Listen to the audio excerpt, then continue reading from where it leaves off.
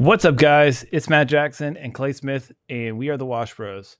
Welcome to the eighth episode today, and for this one, we're going to be talking about kind of what to focus on. This is springtime, so we want to tell you how we focus and like what we avoid and what we're trying to focus on. And this is like game time for pressure washing. So we see a lot of guys kind of bullshitting around this time of year, focusing on the wrong things. And what separates us from a lot of other people is we're really laser focused on what we're doing. So I'll let Clay kick this thing off, and you can lead into this one. So Okay, great. Yeah, first and foremost, I want to thank everybody as always for listening, downloading all of our content, checking us out, following us, listening to all of our other downloads, all of our other episodes, and kind of just seeing our journey here because that's kind of what we've documented. I appreciate everybody for listening in, tuning in, asking questions, giving us a comment. Make sure you comment if there's something that you have as far as an idea or something you'd like for us to cover because more than likely we've already been through it. And I think this is a great episode.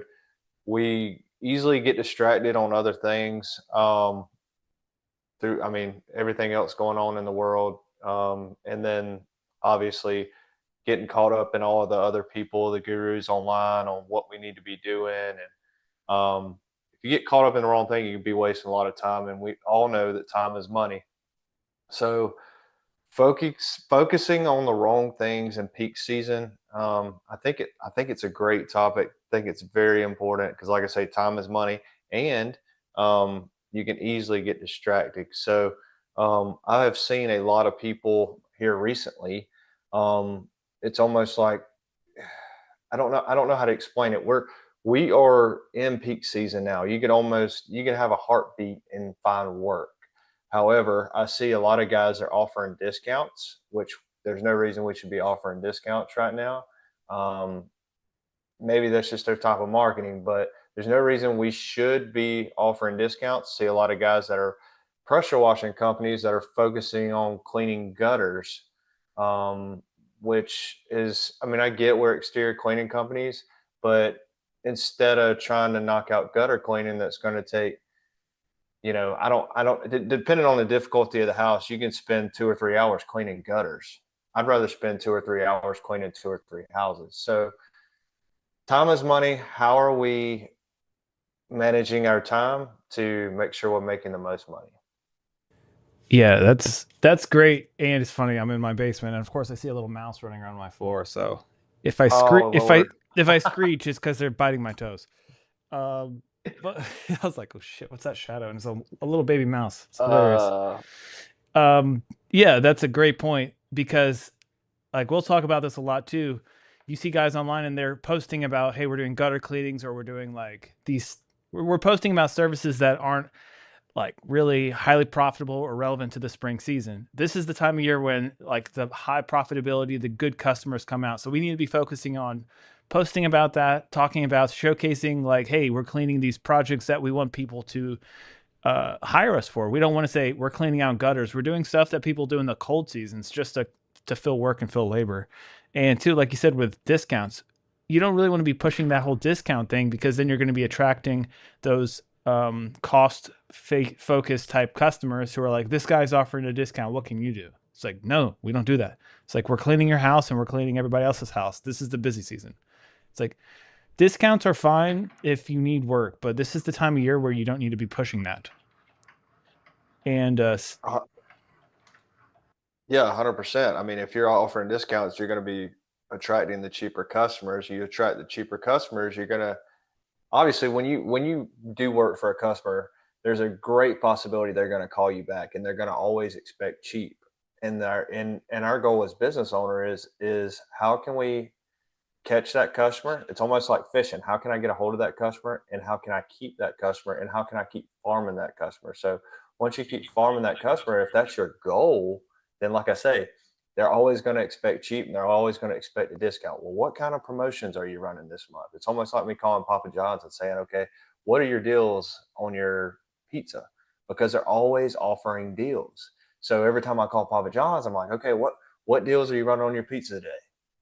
And that's exactly. the kind of customer that you're going to get if that's the way you market.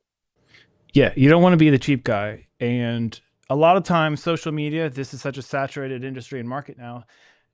I'll see guys posting in these groups, hey, can somebody pressure wash my house? And there's 500 comments of pressure washing companies saying, I can do it, I can do it, I can do it, I can do it, I can do it today, I can do it tomorrow. Like begging for work. And in my opinion, that is really lowering your value in the busy season. And I'm all about like, hey, getting yourself out there, being seen on social media, but I think the ship has sailed there. And if guys are over here begging for work or coming off as begging for work, you're positioning yourself to be desperate and giving discounts, and I think that lowers the value of your company. And 100%. because let's be honest, if somebody's going to go through for a house wash that should be a $300 house wash and call 5 different companies, that's not a customer you want to deal with. You want to deal with somebody who goes to Google or who's like, hey, I like this guy, I'm going to call this guy. I'm not going to ask a million questions, but if somebody off the bat is asking for like the cheapest price person on a forum and all these people are responding and they're reaching out to these people, that person's going to be a pain in the ass to deal with, and they're going to choose you because you were cheaper than the other guy. Yeah, I had a guy reach out yesterday. I think I shared this with you, Matt, and I gave him my minimum charge price because it was a small job, and then the guy was like, "Well, can you meet me at 270?" I'm like, "No." I know it was just so our minimum charge is $300 or whatever. So I know it was just $30, but if you start doing that to customers, then they basically are not seeing value in your cut. It's almost like a disrespect thing for me. Even if it's $25, I don't care. I'm not giving you a discount Exactly. because I see worth in my company. And another thing is reframe that. This is what I'll do. People were like, hey, if I can get my neighbors in, do I get a discount? I said, yeah, you'll get a discount, but you're bringing in work. So therefore you're raising value in like what they're negotiating on. And instead of me doing a $300 job, if I can do, hey, if you want that 270, bring your next door neighbor in. And then for me, I get to be in one location and make $540 versus $300. And that's where it's okay to negotiate. But I'm not just going to take money off the table because you're asking me to take money off the table. Yeah, those are not the people I want to work for. If they're already asking for a discount up front, that just means they're more than likely going to be a headache to begin with. Yep, you're probably not going to get the Google review. You're not going to get the recommendation, and they might not call you in because they're going to call They're somebody probably not else going to back. use you again. Yeah. There's people, and I find in my experience in these groups, they love like trying to find and use a new contractor every. They're like, oh, I want to find the new guy and use it. It was like when I was at the car lot, there would be customers who want to find the newest sales rep because they know they can dick them around and get a deal. And 100%. that's almost the same thing when like what I see in these groups. These people are like, oh, I want to hire the new guy. I'm like, you're hiring the new guy because you think you can get the best money for all of the effort that he's going to have to put into your house. Yeah, they want to support a new business. So definitely, if you're newer, getting into this stuff, just watch out for people like that. There are plenty of red flags. Also, there are a lot of people, a lot of the new guys. If you're a new guy, let me just go ahead and say this while I'm thinking about it. If you're a new guy, make sure you're not clicking on other pressure washing businesses ads and calling them and asking them and trying to pretend to be a customer and asking what they're charging. If you need a guideline on what to charge as far as pricing goes, please message me or Matt and let us kind of help you there. I know there's a lot of people that are listening, a lot of new guys. If you are in that position, do not click on anybody's ads. So basically, what you see at the top are ads, like on Google, when you search for pressure washing companies.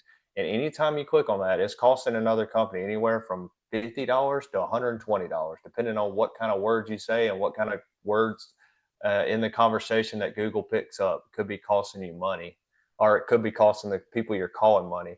So maybe it's something that me and Matt could come out with to kind of give everybody a guideline. I know we're working on a few things behind the scenes to try to help people, give people guidelines. But if you can, please just reach out. We're here to help, and that's why we started this podcast.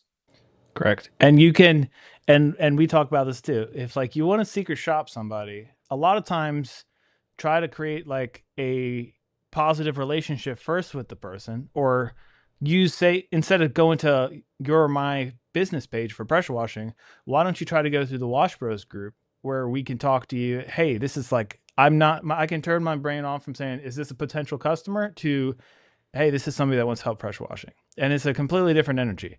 Like, you're not wasting Yeah, like business time. You're saying, oh, cool, this guy is a supporter of the show and we want to help you out. It's a completely different energy than like being kind of weird and shady behind the scenes saying, hey, how much is it to pressure wash this house? And then we spend time and energy thinking, okay, this is a quote I have to turn to get a customer's job, only to realize that, okay, thanks, no problem. You were just secret shopping us.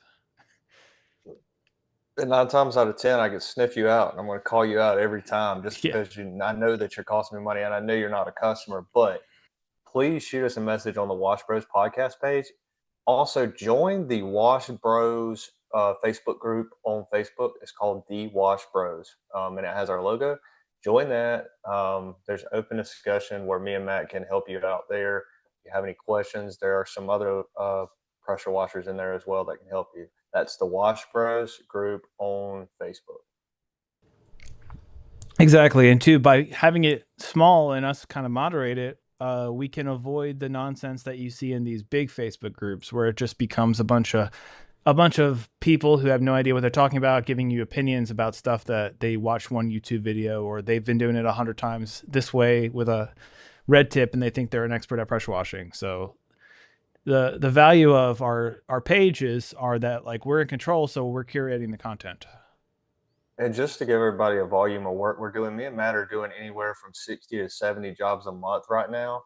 And then come May, we'll probably be doing upwards to 100 to 120 jobs a month. So that's the kind of volume we're doing. If you're trying to get to that level, join. We'll give you all the tips that we got. And my favorite saying is, we can lead a horse to water, but we can't make it drink it. So um, we can tell you all the things we're doing, but if you don't apply it, then you're not going to get to the level that we're at. Yeah. And especially, it's funny because people try to hold on to like knowledge and information like it's some like sacred thing. It's all shared, and it's all shared. Like, we pretty much do the same things each other. We just put our own spin on it. And that's how most companies operate. So don't be like, well, this is my trade secret. I ain't sharing nothing. That's not what's important, especially with AI nowadays. Like, we have all the knowledge in the world. We know how to do anything, but it's the application of that knowledge is what's separating you from us. So if you guys are on the fence or you're overanalyzing yourself, like, it's not hard. We're telling you exactly And what we do every single week. For the last 2 years, we've been doing this podcast, and it's not a complicated business, but the application of the knowledge and us doing it and not overanalyzing ourselves and questioning and being like, oh, there's a better way. It's like, just do it. and Because the C word, consistency. that's huge. Consistency is huge. We And say it. I say it every episode. At the consistency. yeah, we're My favorite word. consistent at saying consistency. It's perfect. But people are Yeah, people this year are going to be complaining about being slow because there's so many people in the market.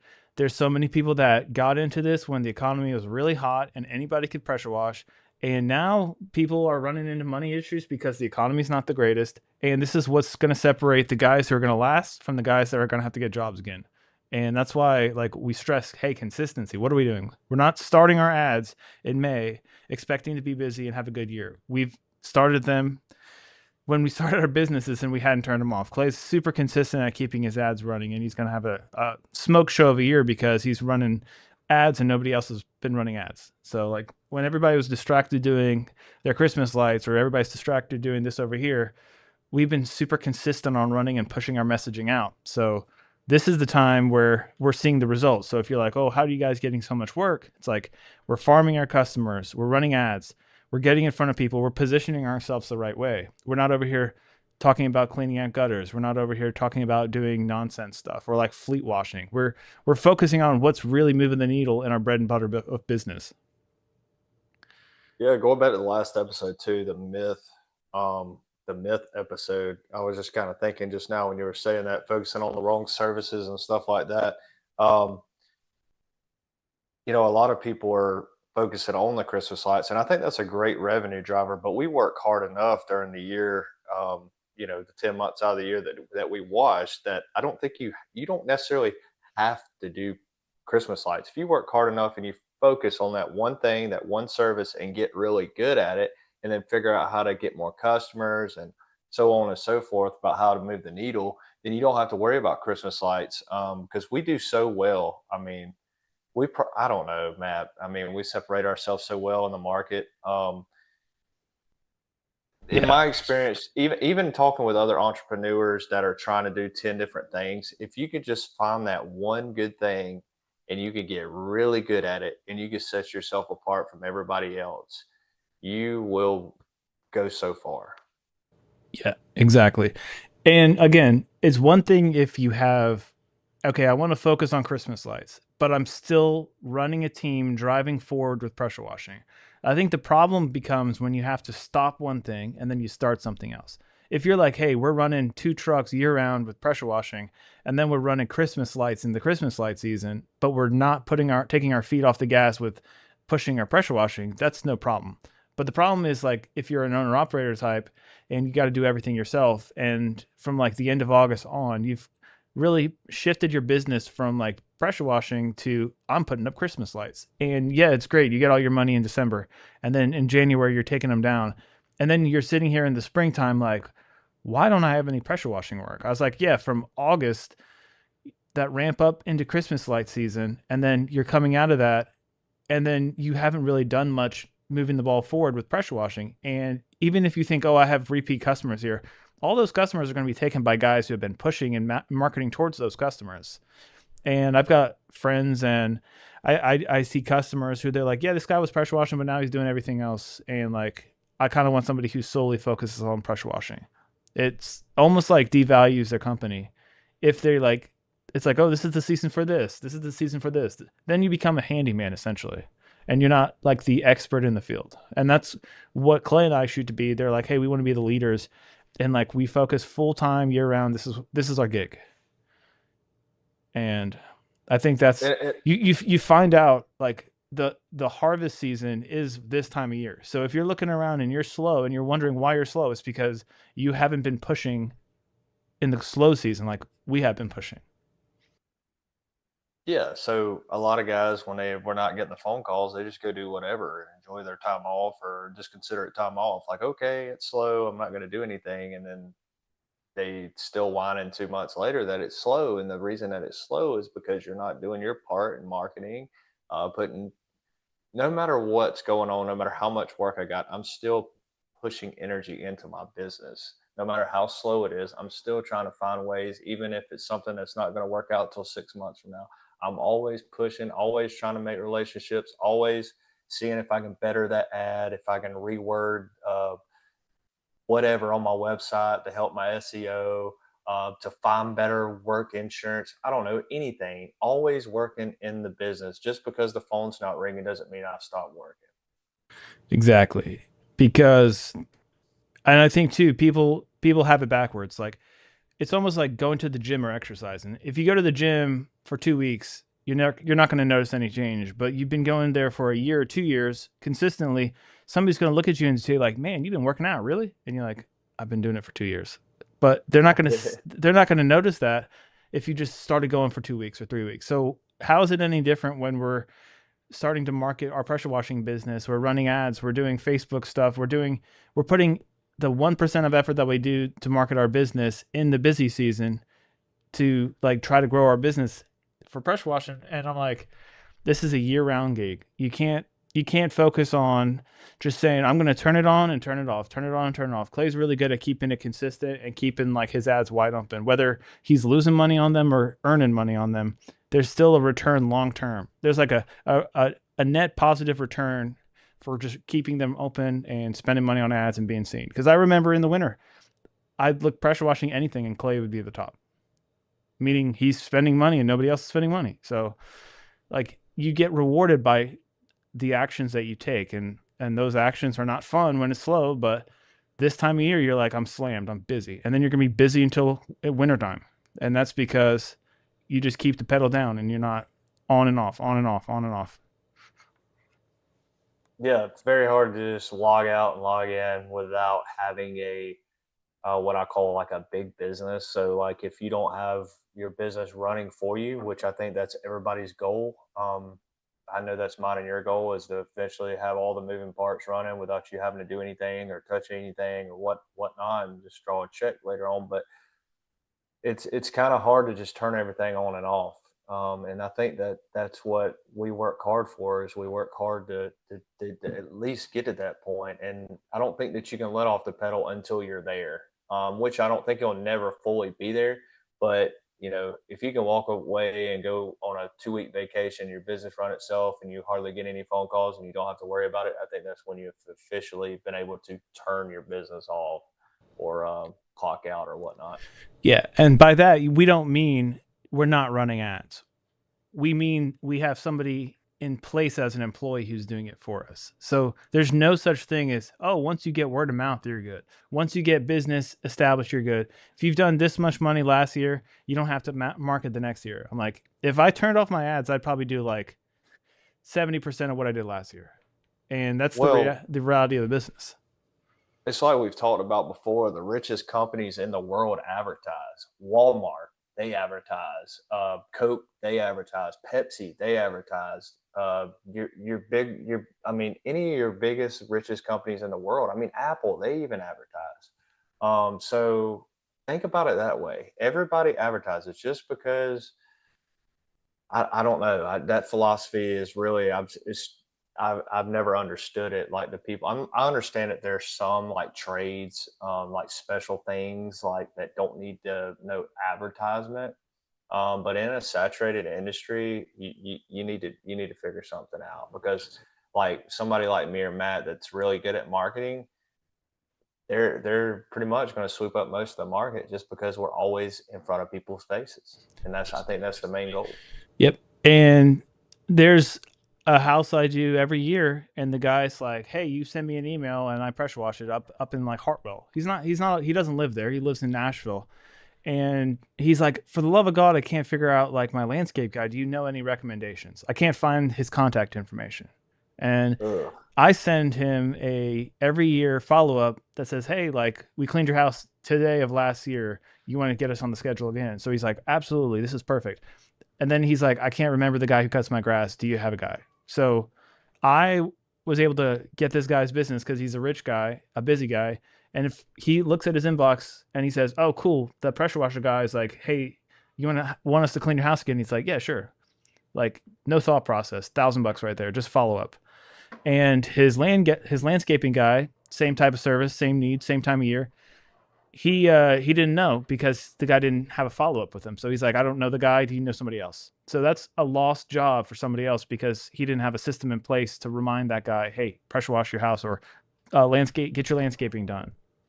And and that guy could have been doing it for 5 years, but the guy just simply misplaced it. If I refer him to somebody who uses a system like we do and has follow ups, and he's like, "Cool, this is easy." Therefore, you lost that customer. Yeah, and And having a CRM takes you and separates you so much farther than everybody else. Even if you don't have the automated stuff, just the communication part of it, it separates you from probably 90% of the the rest of the market. I mean, there's not many guys in our industry that I know that use a CRM, a database that keeps up with all that, basically invoices the customer, sends them a receipt, where it says a merchant, and definitely worth the money. It's just one of those things you have to invest in as a company if you want to set yourself apart and be professional, and it helps you. You don't lose the customer's information either. And I think when I first started, I was working out of a notepad and a book, and it's just so hard to find people's information working that way. And I don't know how anybody does it because I'm so OCD. So the CRM helps so much. one thing too that I started up with House Call Pro, and you might as well, is like called a pipeline feature, and it's like $75 extra a month. And I'm like, man, do I really want another reoccurring charge? But every estimate I create goes through like their pipeline feature, and it automates follow up emails, follow up text blast, whether it be on the job side, if the job's like approved but it hasn't been scheduled yet, we can automate follow ups like that, or like getting invoices paid. The invoice hasn't been paid. It'll create follow up sequences, and it's probably gained me like $3,000 or $4,000 just of following up because, like you were saying the other day, Clay, you just reached out to people of quotes that you sent earlier in the month or last month, and they're like, "Cool, yeah, put me on the books. I forgot about it. I'm ready." And the automation of the CRM House Call Pro that we use, it's like the same feature. I've had people that are like, I'm not ready yet, waiting on pollen, but we're gonna go with you. Cool. Thanks for letting me know. And like if I never had a follow up or if I never personally reached out, I would just say, oh, that person just didn't use me. Or that person Well, may have forgotten. They're like, who was that pressure washing guy? And then they go to Google again, fill out a new lead, and then they talk to somebody else, and that person says it's the right time for the customers, the right time for the business owner, and they take that business. It's like, how much money are we leaving on the table because we're not choosing to modernize our systems and use automations or CRMs or stuff like that. and here come May, you're not going to have time to even do that. So now that you have the automation in place, it's still like what it's called. It's called a pipeline. It keeps that pipeline going, and you're not even having to touch it. It's automated, and I think that's what really opened my eyes the other day. Going, I mean, I had got off work a little early. I was just trying to find a way to be productive, and that's what I'm always do. Keep my foot on the gas, no matter if I get home early or not. A lot of people are just going off and doing whatever they want to do the rest of the day, but I'm working to at least 5 or 6 every day, just trying to keep my pedal to the floor, trying to keep things moving because it pays off in the long run. And I was like, well, I'll just shoot these people, look at my estimates, see. And I had a ton of estimates still out. I'm just like, what the crap? So I sent a bunch of, and I think out of 20 something open estimates, I booked 6 jobs within like an hour. So it just people get so busy, they'll fill out your form online, they'll call you, whatever, they're because it's just on their to-do list to get quotes or whatever. And you may be the only one that reaches out. And that's how you get the job. If you give them a fair price, you're the only one that's communicating, you're the only one that's following up. They're like, okay, well, he's been precise with communicating. He's going to be precise with his business. He's going to be precise with his work. He's going to be precise with cleaning my house. And we're going to give this guy a shot, especially if it's a first timer. No doubt. And if you guys aren't from the sales world or familiar with sales, a lot of times it takes up to like 12 touches just to close a deal. And it depends on pricing and other factors like that. A lot of times if it's like a lower ticket pressure washing job, it's like a one call close. But there's a lot of things that go into this that you don't know of the person. They could be waiting for the next paycheck. They could just be waiting on pollen. They could be moving into a house a certain time. So don't just send them a quote. Make sure you're understanding like why they need the quote. Like dig deeper and then act as a salesperson because like we always say too, like we're a pressure washing company, but we're really a sales and marketing company and the product that we're selling and marketing is pressure washing. So we got to keep it like flip it on our head and say, okay, in every interaction with a customer, how am I positioning myself as a sales and marketing company? And if we're saying, oh, I got 10 gallons a minute in my pressure washer on my mini moto and this is how fast I can clean, nobody cares. That's just circle jerk of us technicians. But if you're saying I'm a sales and marketing person and I'm filling out a pipeline and I'm running my business like a true professional, you're never going to be shy of work. And a lot of guys online are complaining right now because work is slow for them and they're like, oh, this year's slow, the phone calls aren't there. I'm like, well, if the phone calls aren't coming in, what are you doing to drive the phone calls to come into you? Like what are you doing outbounding to bring work to you? We're getting to the point where this industry is so saturated. If you're not actively marketing yourself and pushing yourself every day, you're going to be irrelevant. And people are going to get a rude awakening because like if the pie of work is shrinking, we're going to have to figure out how to be creative and how to outdo each other in order to get ahead. And that's where Clay and we both see eye to eye that way. And a lot of guys don't really see it. So it's like almost like we see past the matrix. And it looks like it's easy for us because like we're actively doing certain things that other people aren't. Yeah, it's just a matter of how hard you want to hustle, really. And I have a 10-year goal, and I'm trying to reach a 10-year goal, and I'm not letting up until I reach that 10-year goal. So, um, no offense to anybody, I'm worried about me, I'm worried about myself, and I'm worried about my family, and I'm worried about my business, and I don't care what it takes. I'm going to get there.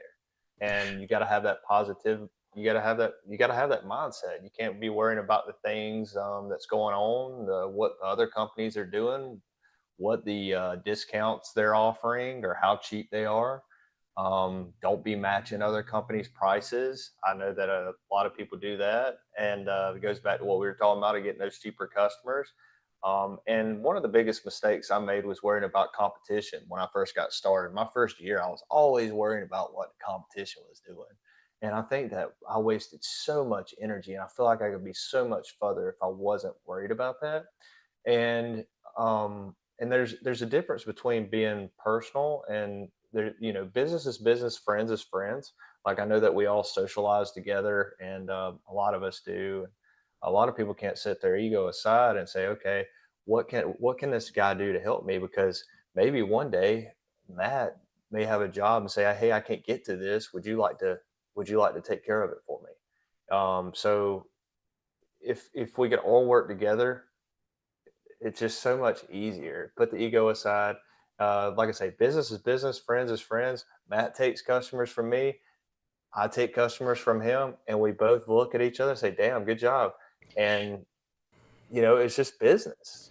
There's plenty of customers, especially in this time of year where we get so busy, that I have great customers that use me like every year.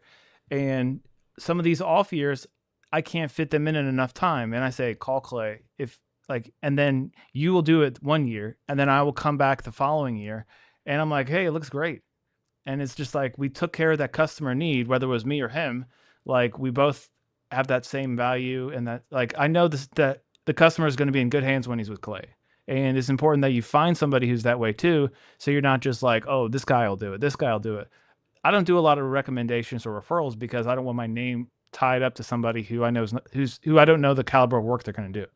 So like you almost have value adding your company by having a good base of friends, contractors that like deliver that same value and quality of work to customers. And I mean, we've thrown, whether or not we do it on purpose or customers just will get a quote from either of us and then decide one or the other. Like we're constantly like doing each other's work or getting work done to us, or a big project comes and instead of me having to buy another truck, be like, hey, do you want to go 50-50 on this deal?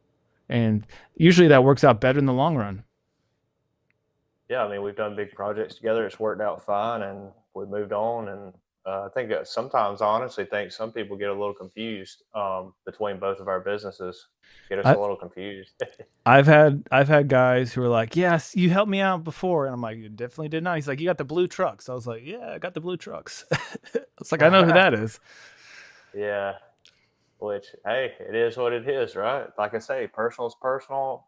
Friends is friends, business is business. You got to learn how to set that aside. Because I mean, I learned that a long time ago in the car business. Cutthroat. It is what it is.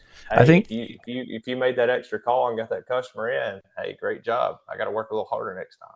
I think too, people's insecurities shine through. So if you're butthurt about a competitor, if you're butthurt about somebody, you know deep down that you're not deserving of that business. And instead of like looking yourself in the mirror and saying, "Oh man, I didn't work as hard as he did. I didn't deliver the best I could. I didn't show up," I'm gonna say, "Oh, he took my business," as opposed to say, "You know what? He did a good job." Like respect. And that's the difference between somebody who's a winner and somebody who's a loser. So like we both strive to be winners here. We don't need to bitch and moan and look around and say, "Oh, boo hoo, we're gonna be a victim," Yeah, he because like stole my that's customer. very toxic energy. There's a reason that customer called you over me, vice versa. Correct. Either I had time to reach out, you made time to reach out, I didn't. There was something that the customer liked that you did that called you over me, and hey, and that's the way we have to look at things. Hey, what can I do better next time to get that customer? Like, what did I do? Where did I go wrong? Use it as a learning experience. So many times, dude, they might say, "Hey, I used this guy one year. I used this guy the next year," and it's no harm nor foul on anybody. It's just, are we playing a long game or are we playing the short game? If you're too focused in the short game, you're going to be miserable and you don't have any like big direction. You don't have vision. And like Clay was saying, he did a great job of going from like that kind of like, I got a chip on my shoulder hustler. I got to prove myself to the world, to like, I'm a like business guy who's proven himself and I'm like grounded now. And I think it's definitely helped your business by like the value you're putting out versus like, oh, let me show these people, which is like a huge growth milestone. And most people don't make that jump. They just stay in that like, oh, I've been doing this for 20 years. So it's like you've been an asshole doing the same one year for 20 years in a row. That's why you're stuck. Yeah, you always got to be searching. You always got to be finding ways to be better because everything changes every day. The way we advertise, the things that people look at, the platforms people are finding on different platforms.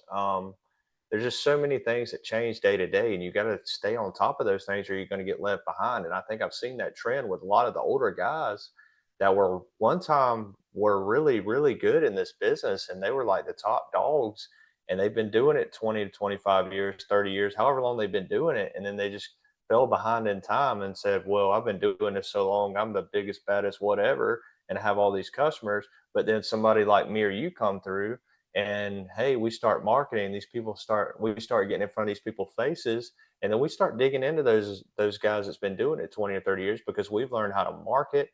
We've caught up with the times that they were not catching up with or staying on top of, and that's usually just how it goes. You just got to stay on top of the trends and the things that are going on every day, every week, every month. Things are changing every day. Exactly. If you're not evolving, you're dying. And honestly, in this business, like it's almost a race to the bottom. You don't want to be the cheapest person in the world, but you also don't want to be $800 to $1,000 on a house wash.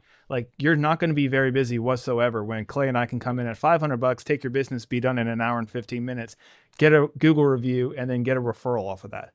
Like the business model is shifting, and if you're not keeping up with that new business model, you're not going to make this business anymore. And that's And not then being the move. $99 guy. That's saying I'm running an efficient business with modern equipment and I'm busting my ass and I'm getting it done on both ends.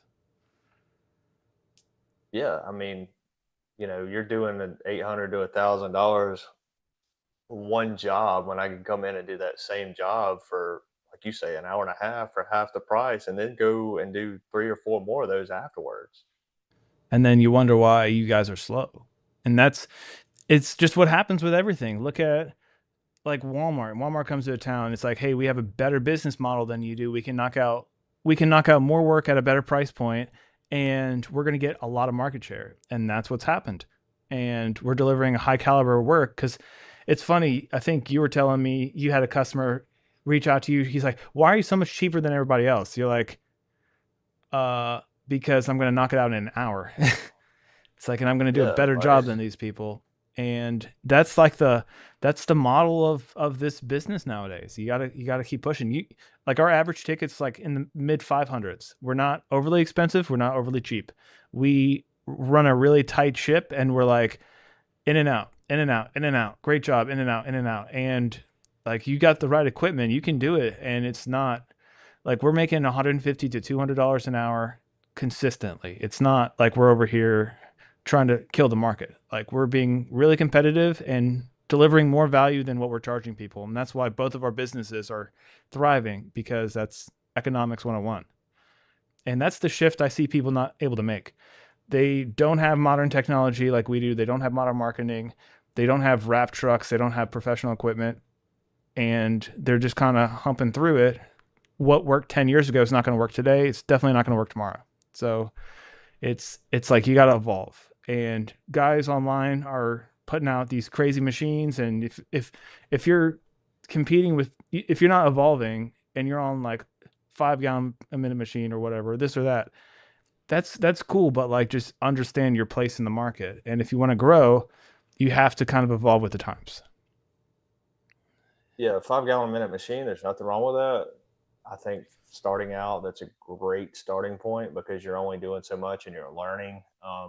But you get to the 8 gallon a minute when you're doing three or four jobs a day. You definitely need the 8 gallon a minute. Yeah, we have employees run an average of like 4 jobs a day, 3, 4 jobs a day. Not like Clay busting it out solo, but like we're able to do consistent work, 12 to $1,500 a day, like bare minimum.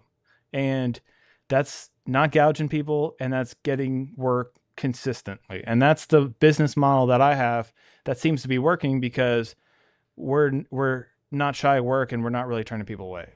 And people try to say, "Oh, these newbies are killing the market," or "These people are killing the market." I'm like, there's been so many times where we'll knock out a job in much better quality of work, short amount of time, and a better price point for the customer. And that's how you're going to win. We're not charging people by the square foot. We understand our numbers, and we're going about it. How can we make our numbers work and grow our business? So that's kind of, we're not over here secret shopping people saying, "Oh, you're charging 17 cents a square. That's how you make money." It's like, no, that's not how you make money. Yeah, you got to know what your time's worth. It's all a numbers game, and that's what it goes back to what I was wanting to mention earlier with the services. Like if you're offering all these services, well, how do you know what your goals are? How do you know what you're going to hit? How do you know what you're averaging?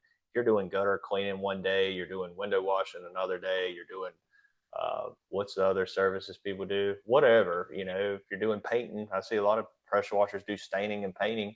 How do you set a goal that way? Yep. And it's very hard to, I think when you grow your business and you get to a certain point, you can utilize different trucks for that. If you have 3 or 4 trucks, say, okay, I got a painting department, I got a staining department, I got a gutter cleaning department, and I got a pressure washing department. But it's hard to do all those things at once and set goals and be efficient. Exactly. You come off a scatterbrained and then you fail at all ends because there's only so much you can do as one. So, 100%. Yes, sir. but we're at the 40-minute mark. We're, Yes, sir. That's about where we try to keep them, huh? yep, 30, 40 minutes. Where is there anything you'd like to talk about? I guess to wrap this one up. No, man. I just like I start out with and end with. I appreciate everybody listening. We're gonna go far with these things. No telling. We're gonna keep pushing these episodes out, talking about what we're dealing with, talking about the success, what we can help you with. Come out with some cool things. Release some merchandise eventually. Maybe try to do some conferences and stuff like that. So we're gonna keep this thing growing with your support, and make sure you subscribe on YouTube. Join our Facebook group, like our Facebook, the Wash Bros podcast page. Obviously, we're on Spotify and Apple Podcasts. I appreciate everybody listening and supporting us. Follow us on Facebook too. Our personal pages, Matthew Jackson. If you want to follow Matt on Facebook, and you can follow me, Clay Smith. Oh yeah. And the cool thing about this show is you can go back to our first episode, and whatever point in business you're at, we have episodes about that. And Clay, when we first started, I think you were just like, I don't even know, were you in the $30,000 months yet when we were first starting No, those? I was doing 15, $20,000 months, I So yeah, believe. you can listen to him talking about where you guys probably are now, and then you can see where he's at, like $50,000 months now. So it's not like, oh, we're talking game where we're so far away. Like, you can literally go back to where Clay was probably in your shoes and listen to all those podcasts and learn his journey from how he's like walking it through, as well as like him talking about, oh, I'm running all these ads, I'm doing this, I'm doing that. And then 2 years down the road, you're like, whoa, this guy's got like a legitimate business. And he did so because of everything we've been kind of documenting in this podcast. That's what I think is cool. And it's like, hey, we're talking high level about like commercial jobs here or there, but if you guys are sitting at $10,000 a month, check out our earlier episodes. Like, we've Yeah, got a day in worth of in the content. in the first couple episodes, we talk about what we did, how we got started in this, and where we came from. So pretty cool stuff. Yeah. So if you like what you hear here, make sure just to check out our older episodes, and you learn a lot of lessons. But if that's it, we'll wrap this thing up, and we'll see you guys on the next one. Peace out, guys. See ya.